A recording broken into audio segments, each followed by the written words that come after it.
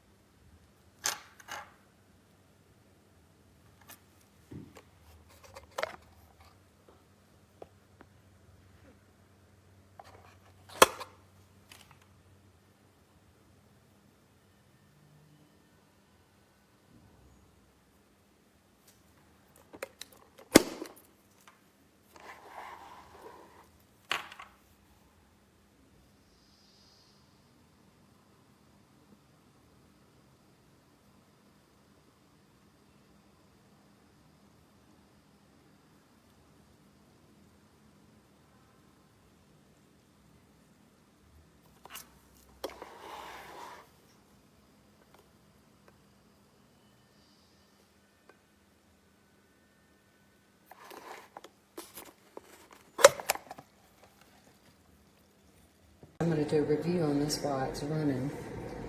Number one, it's small, although that's what we wanted.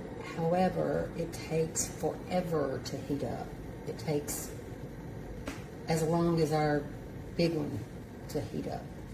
And you can't really see it right now, but when you pour, the steam actually comes out of here. You can see the steam coming out of there right now. It comes out of the button. It doesn't just come out of the head. So it will burn you if you're not careful.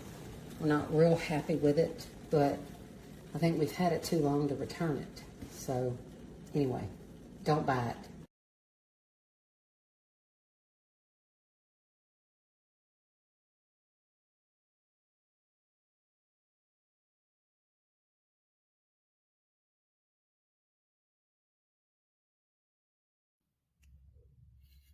So this little travel kettle has been all over the Caribbean with us for the last couple of weeks.